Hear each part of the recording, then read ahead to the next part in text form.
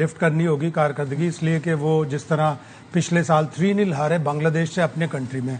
उनके यहाँ सबसे बड़े मसले मसाइल ये हैं कि कंट्रीज अलग अलग हैं। 15 मुल्कों का मजमुआ बन के वेस्ट इंडीज की टीम बनती है, उसमें पॉलिटिक्स भी है, उसमें इसको सेलेक्ट करो, हमारा प्लेयर क्यों नहीं लिया, उसका प्लेयर क्यों ले लिया। अब शे होप कप्तान है, वो एकदम से आया, रॉबमन पावल को हटा दिया।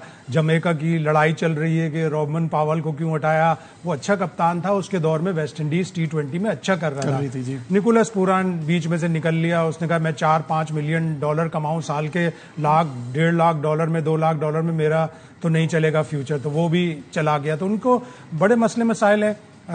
लेकिन उनकी टीम जिस तरह हारी है, 2-3 मैच तो बड़े क्लोज आकर हारे, उनकी बॉलिंग बड़ी जबरदस्त है। उनकी बॉलिंग हमेशा से अच्छा कर रही है और हमारी बैटिंग इतना अच्छा नहीं करती। अब हमारी बॉलिंग मजबूत हुई है कि शाहीन, हारिस, हसन अली तीनों वापस आ गए। अच्छा होता कि सलमान मिर्जा को भी रखते, 16 मेंबर ही रख लेते, कम से कम उसकी इनकरेजमेंट तो हो जाती। तो वेस्ट इंडीज पूरी फोर्स के साथ आएगी, वो ऑस्ट्रेलिया का तो मुकाबला नहीं कर सके, लेकिन अगर आप 5 मैचों का अहाता करें तो उन्होंने 5 मैचों में 53 छक्के मारे हैं। 53 छक्के मीन्स हर मैच में वो 10 छक्के मार रहे हैं। तो हमें वो रोकने होंगे छक्के और हमें लगाने भी होंगे। हाँ, लगाने भी होंगे। खैर हमारी बॉलिंग भी बेहतर है और मुझे उम्मीद है कि अब थोड़ा कॉम्बिनेशन बनेगा इस बॉलिंग के साथ।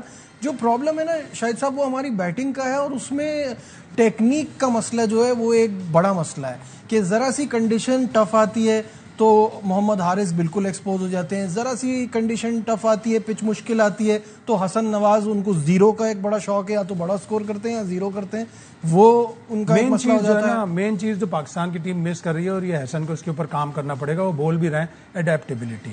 अगर आप एक ग्राउंड से दूसरे ग्राउंड पे और दूसरे मुल्क से तीसरे मुल्क में जाते हैं तो आपको अडेप्ट करना पड़ता है। जाहिर सी बात, बांग्लादेश जैसी कंडीशन नहीं होगी। लॉर्डर हिल का जो ग्राउंड है, यहाँ पे 200 भी 3 दफा बन चुका है, यहाँ पे रन्स भी बनते हैं, यहाँ पे विकेटें भी मिलती हैं, बाउंड्री भी शॉर्ट होगी, इतनी बड़ी बाउंड्री नहीं होगी, तो दोनों टीमों को एक तरह का एडवांटेज होगा। वेस्ट इंडीज जैसी ही पिचेज हैं, बांग्लादेश जैसी पिचेस नहीं है कि लो और स्लो होंगी, स्पिन भी होगी, बॉल बल्ले के ऊपर आएगा, आप अच्छा खेल लें, आप मैच जीत लें।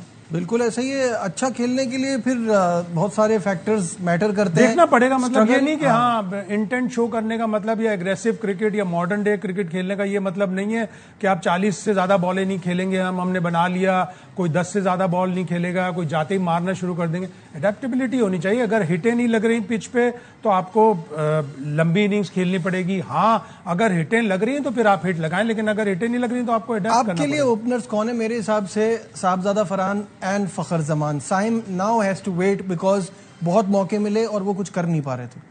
साइम अयूब का बस एक सिर्फ उनको यही वो लग रहा है, माइक हसन की जो अप्रोच है वो ये कि एक बंदा मुझे 3 काम करके दे दे। फील्डिंग तो करता ही है, फील्डिंग तो करना ही, उससे तो बचत है ही नहीं, बॉलिंग भी कर लेता है थोड़ी सी, वो बैटिंग भी कर लेता है। तो आई थिंक कि शायद वो अभी साइम को ना ड्रॉप करे।